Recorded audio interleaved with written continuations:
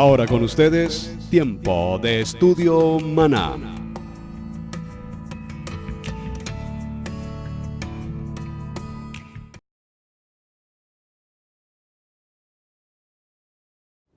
Bien, mis amados hermanos, bienvenidos a este tiempo de estudio bíblico devocional. Su hermano, Pastor Roberto Alfaro, les saluda, una cordial bienvenida y en verdad muy contento y agradecido con nuestro Padre Celestial por este tiempo, esta oportunidad que nos permite para compartir con todos ustedes, mis hermanos, en las diferentes naciones, en cada lugar donde ustedes nos reciben.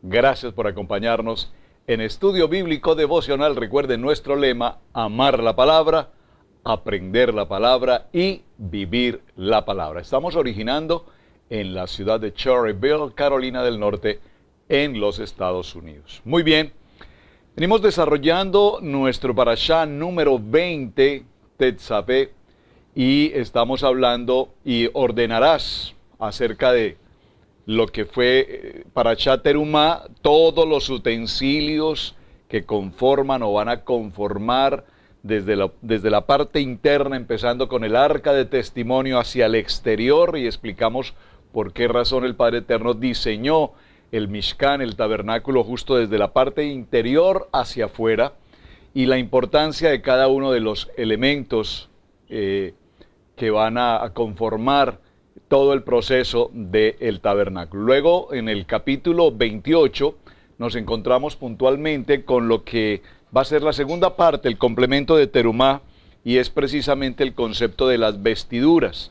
Ahora el sumo sacerdote va a tener una vestidura especial, asignada, diseñada, determinada también por el ordenamiento divino, y damos comienzo a nuestro parashá de la semana, entonces hablando de cada uno de los elementos que conforman, repito, las vestiduras del sumo sacerdote y de los Kohanim. En esta expresión de los sacerdotes y de los Kohanim, quiero también agregar algo que me parece muy importante que tengamos presente. Capítulo 28, las vestiduras sacerdotales. Tetzaveh, nuestro parashá, dice: y mandarás. Y es importante que mencionemos algo respecto a las vestiduras en nuestros tiempos. Cuando hablamos de las vestiduras en nuestros tiempos, por supuesto, es fundamental que tengamos claro que cuando nos reunimos en congregación, cuando estamos en la reunión de la comunidad, se hace necesario, como dice la palabra, que vistamos honrosamente. ¿A qué me refiero con vestir honrosamente? No me refiero a vestir con marcas o etiquetas, me refiero a vestirnos honrosamente, dignamente, decorosamente, apropiadamente para nuestra reunión con el Rey de Reyes, nuestro Padre Eterno. Yo menciono siempre esta anécdota. Hace algunos años, bueno, ya varios años, tuvimos la oportunidad junto con mi esposa y otro grupo de pastores de visitar las instalaciones de la Casa Blanca en los Estados Unidos, estando, bueno, en dos ocasiones, estando el presidente George Bush, primera ocasión, y segunda ocasión estando el presidente Barack Obama. Y recuerdo que nos entregaban un ordenamiento muy claro de las horas y los momentos en que se debía ingresar a las instalaciones de la Casa Blanca después de cumplir todos los requisitos de seguridad y demás. Pero lo interesante es que la noche anterior, la gran mayoría, y no voy a decir solamente las mujeres, creo que hombres y mujeres, dedicamos, no me voy a excluir, muy buen tiempo en las horas de la noche para prepararnos para el corte de cabello, para el arreglo del cabello, para el traje, para la vestimenta, para todo lo mejor posible, de tal manera que cuando estuviésemos allí en las instalaciones de la Casa Blanca y tuviésemos la oportunidad de hacer el recorrido por las diferentes dependencias y tener el encuentro con el presidente, pudiésemos estar vestidos muy dignamente, muy adecuadamente para la ocasión. Una ocasión que amerita una presentación personal indudablemente importante. Ahora, la pregunta es, si esto es en la tierra, entre los hombres, y nos tomamos no solamente el tiempo, sino el costo de toda la atención necesaria para esa visita con el presidente, cuánto más cuando sabemos que cada Shabbat tenemos reunión con nuestro Padre Eterno. Así es que, mis amados hermanos, el tema de las vestiduras es un tema muy importante y no es un tema del pasado, es un tema del presente. Cuando nos reunimos, repito, en congregación, se hace necesario que vistamos pulcramente, que vistamos honrosamente, que vistamos con la presentación adecuada en la casa, en el lugar donde nos congregamos para adorar, alabar y dar gratitud a nuestro Padre. Y esto lo menciono porque lastimosamente la congregación, las iglesias en el tiempo del siglo XXI, nos hemos convertido, comillas, nos hemos convertido en lugares de turismo, nos hemos convertido en lugares de cultura. Entonces, en el caso de esta nación, donde se tienen las diferentes estaciones, los cambios de clima, entonces, pues, la manera de vestir no es conforme a la palabra, sino conforme a las condiciones climáticas. Y cuando llegamos a los tiempos como el tiempo de verano, entonces existe la excusa del verano para que muchas personas, especialmente las niñas o las mujeres, se presenten en las congregaciones de manera totalmente inapropiada. Y digo las niñas en el sentido femenino, pues porque las niñas tienen esa tendencia de los chores y demás, pero también los jóvenes, los hombres, las chanclas, las pantuflas en otro país seguramente, los chores, las camisetas cortas o sin mangas, etc. Todo esto para significar algo como dice el libro de Eclesiastés. Todo tiene su tiempo y todo tiene su lugar. No podemos confundir el lugar santo, el lugar de congregación con un campo deportivo. No podemos confundir nuestro lugar de adoración con un sitio de picnic. No podemos confundir nuestro sitio de adoración con la playa. Por lo tanto, este tema de las vestiduras que definitivamente quedó anunciado allí, ¿por qué? Porque hace alusión a la calidad de vestido que debe usar en primer lugar el sumo sacerdote y en segundo lugar los coanín, los sacerdotes. A propósito del tema de los coanín, quiero significar que la palabra sacerdote la vemos desde algunos principios. Si usted me permite por un momento para hacer esta reflexión, bueno, no sé por qué Dios puso en mi corazón este punto, pero voy a tratarlo. En el libro de Génesis, precisamente, recordemos cómo Abraham, cuando volvía de la guerra de Kedorlaomer, dice que vio en el camino a Melquisedec, rey de Salem, sacerdote del Dios Altísimo. Y suponemos en esta lectura, estoy en el libro de Bereshit, en el capítulo 14, verso 17 en adelante, usted recordará esa historia, ya la tratamos, cuando Abraham se encuentra con Melquisedec, rey de Salem, rey de paz, sacerdote del Dios Altísimo, dice la palabra que sacó pan y vino y lo bendijo diciendo, bendito sea Abraham del Dios Altísimo, creador de los cielos y la tierra, y bendito sea el Dios Altísimo que entregó tus enemigos en tu mano y le dio a Abraham los diezmos de todo.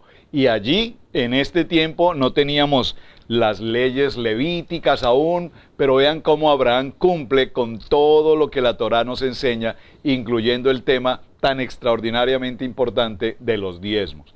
¡Wow! Extraordinario. En el libro de Génesis, acompáñenme por un momento aquí mismo donde estamos, en el capítulo 18, bueno, ya lo mencioné, nos habla precisamente del rey de Melquisedec. Veamos un momento aquí en Génesis, en el capítulo 41, por favor. Génesis capítulo 41, ¿por qué estoy tratando estos temas hoy? Regresando al Bereshit, a Génesis. Capítulo 41, verso 45, porque estamos hablando de la importancia de los sacerdotes. Y también, dice la palabra, y llamó Faraón el nombre de Yosef, Sanath Panea, y le dio por mujer a Asenat, hija de Potifera, sacerdote de On. Observen, aquí vemos cómo la palabra sacerdote, repito, antes de que se establezca el sumo sacerdote y los sacerdotes o los Cohen, vemos que ya en anteriores ocasiones se ha hablado del sacerdocio. ¿Y por qué lo quiero mencionar? Repito, porque ayer en el mensaje anterior, anoche particularmente, hice una mención respecto a cómo el sacerdote Aarón iba a vestir traje especial y a su vez los Coanín también, sus hijos, los Cohen. Pero también hice mención a Moisés, diciendo que Moisés es escogido como un sacerdote. un sacerdote al servicio, por favor, al servicio del Padre. Y alguna persona me escribió diciendo, ¿cómo es que Moshe pudo ser sacerdote si no hubo quien impusiera las manos? Que eso será un proceso que vamos a ver ahora, precisamente con Moshe, a Aarón y a los hijos, imponiendo las manos y asignándoles, ungiéndoles para su labor sacerdotal. Pero por favor, recordemos que Moshe, desde el mismo momento de la zarza ardiente, vio la presencia del Padre, la voz del Padre que le habla, le entrega una misión y lo escoge, lo selecciona, lo determina, y a partir de ese mismo momento Moshe mantiene o sostiene una comunión, una comunicación permanente, directa, establecida abiertamente con el Padre Eterno durante todos sus 40 años de recorrido por el desierto, a través de todo lo que apenas estamos empezando a caminar. Es decir, que sin lugar a dudas había sido seleccionado, llamado, escogido para tal labor. ¿Y por qué hago esta mención? Porque cuando escuchamos o mencionamos el tema del sacerdote, es importante, repito, como dice Génesis capítulo 41, vamos un momento a ese texto, en el libro de Génesis capítulo 41, verso 32, y el suceder el sueño a Faraón 2 veces, significa que la cosa es firme de parte de Dios y que Dios se apresura a hacerla. Esta palabra firme tiene que ver con el llamamiento. Cuando el Padre Eterno hace un llamamiento a Abraham, a Isaac, a Jacob, a Moshe, así como lo hizo con otros hombres como Noé, Josué y demás, hay un llamamiento, y ese llamamiento tiene que ver con la palabra firmeza. Es decir, porque este hombre llamado, escogido, seleccionado, cada uno de nosotros hemos sido, dice la palabra, desde el vientre de nuestra madre, escogidos para el propósito y el plan de servir a nuestro Padre. Ahora bien, esto nos indica que debemos estar listos, debemos estar preparados, debemos estar determinados para el llamamiento que Dios ha hecho. Y ustedes, seguramente quienes han estado con nosotros por varios años en estudio bíblico devocional, podrán recordar el propio testimonio que he presentado en algunas ocasiones. Y solo para hacer mención, jamás nunca pensé, aunque desde muy niño tenía esa cercanía poderosa con la oración, estando en el medio de la religión, pero sin embargo sabía la importancia de orar, sabía la importancia de hablar con Dios. Haciendo deporte muy temprano en las mañanas, subía a cierto lugar en el sector en el que vivía, un lugar, a una montaña muy preciosa, y desde allí muy temprano, a las 5:30, 6 de la mañana, ya estando en aquel lugar, levantaba mis manos hacia la ciudad de la cual vengo, y oraba, y era un momento personal con Dios. Sin embargo, pasaron muchos días y pasaron meses y años en el que mi vida fue dedicada desde el punto de vista laboral a otro tipo de actividades muy distintas a las que propiamente Dios había establecido y determinado en mi vida.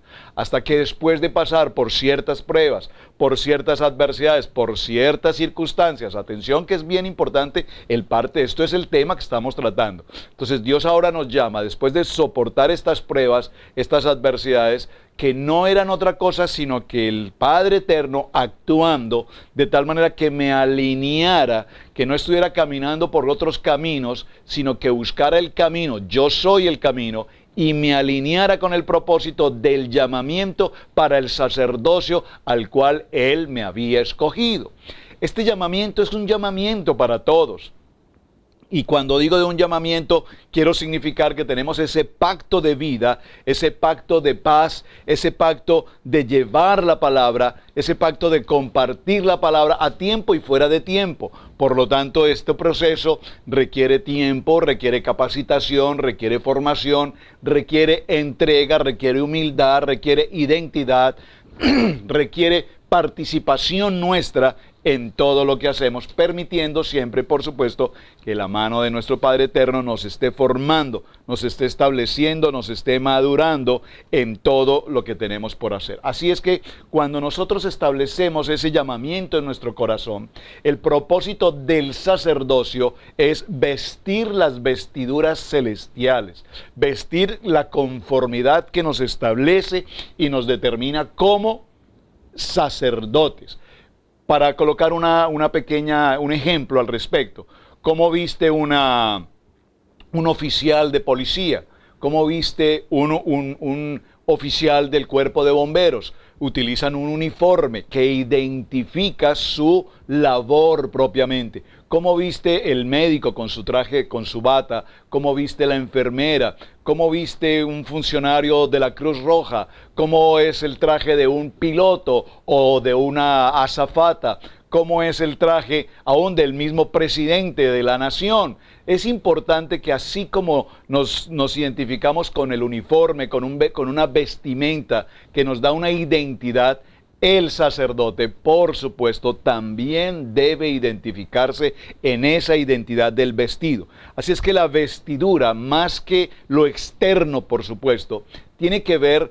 Por favor, si usted puede escribir esta palabra, esta frase que quiero compartir. Vestidura significa esencialmente vestirnos, guardarnos, protegernos ¿con qué? Protegernos con la palabra. ¿Qué es la palabra? Éxodo capítulo 20, Shemot capítulo 20, recuerden que lo he mencionado en todas las enseñanzas, y estas palabras, dijo el Padre Eterno, y pronunció estas palabras. ¿Cuáles palabras? Las que llamamos los mandamientos. Y habló Yahweh todas estas palabras diciendo: yo soy Yahweh, tu Elohim, que te saqué de la tierra de Egipto, de casa de servidumbre. No tendrás dioses ajenos delante de mí, no te harás imágenes, ninguna semejanza de lo que está arriba en el cielo, ni abajo en la tierra, ni en las aguas debajo de la tierra. No te inclinarás a ellas, ni las honrarás, porque yo soy Yahweh tu Padre, fuerte, celoso, que visito la maldad de los hijos, la maldad de los padres sobre los hijos hasta la tercera y cuarta generación. ¿Qué nos dice esta palabra? Que nos vestimos de los mandatos, de las palabras que Dios nos ha entregado, para que no tengamos imágenes, para que no hagamos ningún tipo de idolatría, para que nuestro diario vivir, para que nuestra palabra, nuestra enseñanza, nuestra acción, nuestra compartir con los demás sea la luz. Dígalo conmigo: yo soy luz, porque la palabra dice yo soy luz. Yeshua dice yo soy luz y nosotros somos luz. Por lo tanto, la importancia del llamamiento en el sacerdocio es importante porque nos vestimos de luz para dar luz en medio de la oscuridad. Miren otro ejemplo que viene a mi corazón ahora compartir para comprender mejor este punto que quiero tratar con la vestimenta sacerdotal. Recordemos el caso del paraíso. En el jardín estaba el varón y la varona, paseaban y tenían delante suyo todo el beneficio, todo el bienestar posible del mismo jardín. Solamente habían una excepción: no comer del árbol del bien y del mal. Pero por lo demás tenían absoluta mayordomía en todo cuanto había. Cuando sucede esta acción de desobediencia, inmediatamente ellos ¿qué hacen? Se ocultan. Y lo primero que hacen al ocultarse es, número uno, tomar un animal, sacrificar a ese animal, es decir, hubo sacrificio, hubo muerte, tomar las pieles y cubrirse con ellas y esconderse. Ahora, ellos se despojaron de su vestidura celestial, de su vestidura divina, y empezaron a portar las vestiduras físicas, las vestiduras humanas, si puedo utilizar esta palabra, o las vestiduras de pecado, si puedo utilizar esta palabra, para que me comprendan mejor lo que quiero significar. De tal manera que nosotros hoy utilizamos ¿qué vestidura? La vestidura sacerdotal o la vestidura del mundo. Y cuando hablo de la vestidura del mundo, repito, es importante notar cómo el hombre y la mujer, cuando nos presentamos en nuestras quejilá y nos presentamos a la adoración y la gratitud y en la celebración de nuestra reunión de Shabbat, debemos, repito, cerrando la idea, vestirnos decorosamente para Él, en honor y en honra a Él. Por lo tanto, es importante, y lo vamos a compartir en el Shabbat de este fin de semana, veremos cuán importante es hacer un paralelo entre lo que habla el libro de los Efesios, capítulo 6, verso 10, y lo que nos está hablando ahora este precioso parashá con las vestiduras sacerdotales. De ninguna manera podemos entender, y se nos ha enseñado así, que toda la vestidura de Dios es una armadura romana. No, por favor. Sobre eso hablaré el sábado con detenimiento. Ese va a ser nuestro mensaje para el día de Shabbat. Pero, por favor, Pablo hace una referencia a la vestidura, pero por supuesto que la vestidura que está anunciando son precisamente la vestidura que corresponde al sumo sacerdote, y no podemos hacer esa comparación entre lo que es un uniforme de un soldado romano que utiliza una espada para matar, un soldado que utiliza un uniforme para defensa, sino que vamos a ver a la luz de las vestiduras sacerdotales qué es lo que realmente Dios anhela y desea que vistamos como nuestra arma poderosa.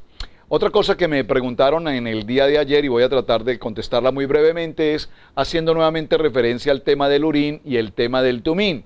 Cuando hacemos referencia al Urín y al Tumín, mencionamos ayer que tiene que ver con las suertes. Estas tablillas se utilizaban en casos muy particulares, en casos muy difíciles, en casos de cierta duda. Primer libro de Samuel, por ejemplo, en el capítulo 28, en el verso 6 dice: consultó Saúl a Yahweh, pero Yahweh no le respondió ni por sueños, ni por Urín, ni por profetas. Vean lo interesante. Sobre ese tema del Urín y el Tumín, ya el año pasado tratamos en detalle, solo para dar esta pequeña respuesta. Entonces se utilizaba en casos muy particulares y era una manera como Dios podía manifestar también una respuesta ante situaciones o preguntas o inquietudes de responsabilidad ministerial que necesitaban ser absolvidas. Muy bien. Hoy vamos a definir un poco lo que es en el capítulo 28, también verso 4, tiene que ver con las vestiduras que harán, y estas son el pectoral, el éfod, el manto, la túnica bordada, la mitra y el cinturón. Y en el verso 39 dice: y bordarás una túnica de lino y harás una mitra de lino, harás también un cinto de obra de recamador. El cinto, también el cinto de lino torcido, de azul, púrpura y carmesí, de obra de recamador, como Yahweh mandó a Moisés. El cinto del éfod, el cinto o el cinturón, el cinto ayuda particularmente a desplazarse y cumplir a cabalidad el ministerio encomendado. Por medio del cinto, por medio de esa cinturón, las vestiduras no andan sueltas, sino que mantienen firmes. Es bien importante este aspecto. La función de ese cinto es que estas vestiduras se mantengan en el lugar que deben corresponder. Firmeza. Por favor, ¿qué es el cinto? Puede usted colocarle al frente, igual, firmeza. Los materiales de este cinto especial eran lino torcido, púrpura, carmesí y azul. Y era el resultado de una obra detallada y muy fina de un recamador. Muy bien. Ahora, en cuanto al manto, verso 31, harás el manto de éfod de azul, y en sus orlas harás granadas de azul, púrpura y carmesí alrededor, y de entre ellas campanillas de oro alrededor. Una campanilla de oro y una granada, otra campanilla de oro y otra granada, en toda la orla del manto alrededor. Y estará sobre Aarón cuando ministre, y se oirá su sonido cuando él entre en el santuario delante de Yahweh, y cuando salga, para que no muera. Importantísimo, tenían que estar atentos a ese sonido, muy importante. Ahora, ¿qué significaba este sonido? Este sonido de las campanillas en el manto del éfod es decir, el sonido que produce la palabra. Cuando la palabra se pronuncia, mira, cuando nosotros pronunciamos una palabra, la palabra inmediatamente llega a nuestro corazón, penetra nuestro corazón, nos cambia una posición, un pensamiento, una acción, una decisión. Yo recuerdo que el momento en el que el Padre Eterno vino a mi corazón, para muchos fue una palabra de un pastor, un predicador, un mensaje. Para otros ha sido una circunstancia tal vez propia de una familia, en medio de una crisis, en medio de una situación de salud, un quebrantamiento de salud, en medio de una circunstancia de accidente. Hay miles de formas posibles como el Padre Eterno llama nuestra atención. Venía pasando una circunstancia muy difícil en aquel tiempo de carácter laboral, y cuando pisé aquel lugar al que me habían invitado, recuerdo que en aquel lugar sonó un fondo musical. Y ese fondo musical de la adoración, que siempre lo menciono, muchos ya lo han escuchado, la canción Sendas, Dios hará.